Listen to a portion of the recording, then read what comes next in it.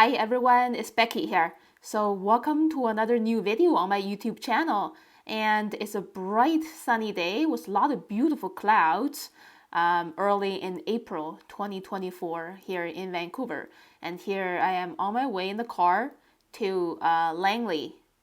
So Langley is a suburban city of the Greater Vancouver area. And here I am outside a cafe. There's a parking lot of the cafe. Here's a really nice, quaint little house. I love the teal color. Hi everyone. So it's my first time at this cafe and I hope is nice. Yeah, it looks pretty nice from the outside. And this part of Langley is a newly developed area of a lot of new apartment buildings, townhouses, and commercial buildings, including this cafe. It looks very fresh and new in here. So I ordered a cup of latte as usual and trying this purple yam flavored layered cake in a box. I'm going to sketch it on the bottom of my page. I'm going to use my Sailor's Fude fountain pen with a 55-degree bend nib. Alright, so I'm starting with the cube shape of the cake box. Starting with the square shape of the opening. Now we can see a diamond, which is the illusion of the square from an angle. The body part, the brim, and the bottom. Now starting to use more lively lines of curves to define the layers of purple yam cream and the cake, the spongy part of the cake. Okay, yeah, so that was pretty fun to draw. And then these little bits of crushed peanuts or crushed almonds. Just having fun summarizing very quickly of these little shapes of the nuts. Okay, so now I'm ready to draw the coffee cup pretty quickly. Before that, I want to include the little dish holding the box of cake. And accentuate on the bottom so the plate looks like it's had more weight, same as the cake box, heavier lines. Now I'm ready to draw the opening of the coffee cup, which is an ellipse. And the body part with slanting lines, the handle, the contour outline of the handle, and the brim, the liquid line of the latte and the latte art. And moving on to the painting part, I'm going to use my two Holbein brand water brushes, the large and medium tip, and the Mungyo watercolor palette as usual with about 12 basic colors in there. So I'm going to start with the first layer of yellow ochre. So the very first layer of the latte was yellow ochre with a little bit orange. Second layer wet into wet. Orange mixed with brown or burnt sienna, and just let the two color values blend together very smoothly without disturbing too much. Using diluted yellow ochre for the spongy cake area, as well as the nuts on top. Now this part is super fun. It's a mix of permanent red and royal purple, diluted with a lot of water to get this creamy look of purple yam. Yeah, so this is the same color but containing less water compared to before, because now I want a bit of a value transition of the same color to create more sense, a higher sense of three-dimensionality.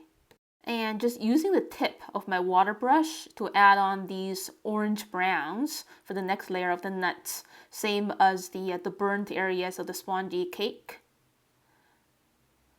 And I want to create another layer of slightly darker value of pink purple.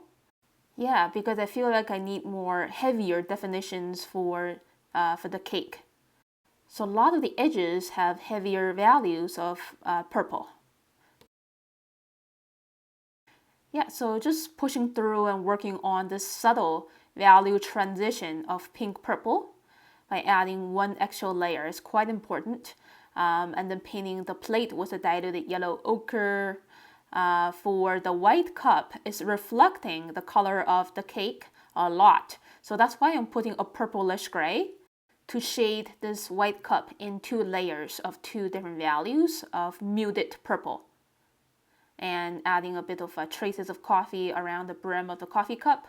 And slightly heavier orange brown for the spongy area of the cake. Keep shading the cup with more medium values of purplish gray, and then adding some shade inside the dish and shadow of the cake landing on the dish. Slightly heavier bluish shadows close to the brim of the dish and the shadow itself.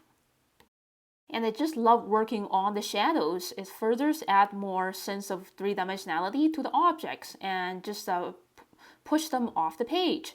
So here you can see I'm using kind of a bluish kind of gray for the shadows and adding another layer of refinement to shade the white cup. Here's the look of my finished cake and coffee sketch, and it's pretty spacious and bright in here. I really enjoy the environment. And time to enjoy my latte finally, and the cake. The cake actually tastes okay, but the coffee is pretty good. So when I'm sketching the two people sitting beside me, I'm pretending that I'm sketching something else and not staring at them. So they are in very active conversations and I don't want to disturb them. So I'm just going to start drawing the shape of the hair of the lady. So I just drew the shape of the nose, the smile, and the lower lip and the chin. The profile view of an eye, which is kind of like a small triangle with a pupil there in the corner, the chin, and a little bit of neck, shoulder pretty high, and then the hood of her jacket, and it's connected with her back. The sleeve area of her jacket in very loose and soft curves. Her upper arm, and that's pretty much it for a very simple sitting posture. The drawing speed of this lady and the man afterwards is just 2 times faster than my actual drawing speed. Okay, and the fun about doing cafe sketches is that you can hide the lower part of the people's body behind the food and drink. Now I'm starting to draw the forehead of the man and his eyeglasses, the nose, and the loose segments of the hairline there, the cheek, and the lips. Finishing the back part of his head, eyes, and then finishing the rest of the hairline. So he's a little bald, and then drawing the ear, the details inside the ear, the chin, which is actually pretty loose and kind of having a bit of wrinkles. Same for the neck, 2 folds of wrinkles, and then the shoulder, upper arm, 4 fingers. The thumb is on the other side, so we can't see. Only see 4 fingers. So the guy was actually constantly moving, so it's actually a little hard to capture the shapes of his arms, but that's okay. It's all about capturing the moment. It's okay if we capture more than one gesture of that person. Just keep drawing. And yeah, the sleeve. Okay, here we go. Yeah, and making sure the eyeglasses is attached to the ear. Adding eyebrows, adding a bit of wrinkle on the corner of his mouth so he looks happier. Okay, just drawing the coffee cup for the man and the paper cup for the lady, and that's it. That's their portrait with a very simple sense of storytelling. And continuing my drawing journey here, I started the rooftop of a house on the other side of the street, outside the window, and the shape of the 2 evergreen shrubs, the fence on the bottom, and a blooming tree on the very left side, starting to add the windows for this little house, accentuate the rooftop area a little bit. And then the other half of the same house, the chimney and the pipe on top. This is the shape of the large roof with a sense of thickness. And then more evergreen shrubs in a small cluster here, the roof of another house on the right hand side. And now I'm using my Sailor's fountain pen with a 40-degree bent nib now because I want thin lines for this small urban sketch. So now I'm just finishing the lengths of the fence, connecting the 2 people together as well. So it's a nice addition to this urban sketch. Very quick vertical lines for the wooden planks. Yeah, so this is a pretty easy and fun pattern of the fence to add on. Add some more interest to this urban sketch, more sense of unity. and then kept on drawing the door and another window behind the shrub, more foliage in front of the house. And yeah, just enjoying the moment as always. Texture for the shrub and more trees behind, focusing on the contour outline first and then the loose texture. And there's one more tree there on the far right. That's it. Here's a look of my finished line work. And the couple, they're still here. Now I'm ready to paint watercolors again. And I want to start painting a very light tint of diluted red for that blooming plum tree here. Yeah, just using loose and thick brush marks merging together. Okay, after that, I'm ready to use a slightly diluted cerulean blue for the upper part of the sky, at the same time outlining the shape of the cloud. And then mixing a tiny bit of green into cerulean blue for the lower part of the sky, looking a little bit of a turquoise tone. Shade the bottom half of the cloud with leftover bluish gray, starting with a light, mild tone and then a medium tone of gray, wet into wet, leaving the top edge of the cloud shining white to show that it's a sunny day cloud. Putting on some slightly heavier tones of diluted magenta for the plum tree. Another layer of shade for the clouds and more saturated blue turquoise for the bottom part of the sky. Now it's time to paint a unity for everything. This is a diluted yellow ochre. So everything has a gentle hue of yellow ochre, especially on a bright sunny day. Everything under the sun, it shares the same underpainting of this diluted yellow ochre. And putting on a little bit of gentle yellow-green for the tips of these evergreen shrubs. More fresh yellow-green for the new-leaved trees. This is a mix of viridian green and a little bit of burnt sienna, a darker shade of green for the evergreen trees. Same as these ones behind, leaving the top tips of these cone-shaped evergreen trees a shining bright yellow-green. The sun right now is in the very top part of the sky, shining straight down. That's why the tips of these trees are shining bright of a yellow-green tone. And just keep painting on, adding some leftover brown for the roofs.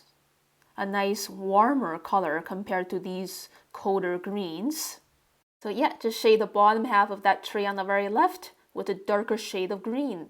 For the fence, some leftover brown. For the lawn, yellow-green was a slight bit of transition. And then using some leftover gray to shade the front of the house. The sun is not shining directly on it, so it's kind of shaded. Same for this part of the house over here. Some retouches of brown for the roofs.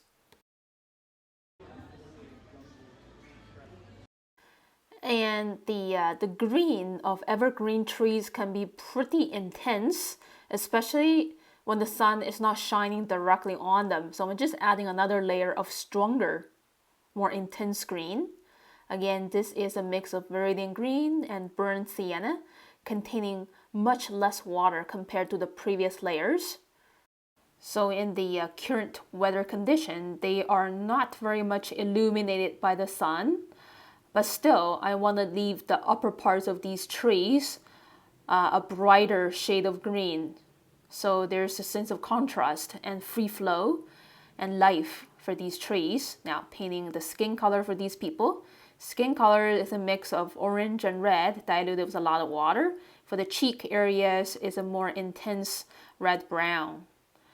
This lady is blonde, so diluted lemon yellow, with a bit of brown transition on the bottom part of the hair. Okay, so last step. Both of these two people are wearing black. So for me, I very rarely use black. So I'm just playing with bluish, violet kind of black by playing with cobalt blue, royal purple, and a little bit green. Two different values to shade their outfits, and that's pretty much it. Here is a look of my finished sketches food and drink, and the simple little urban sketch with people.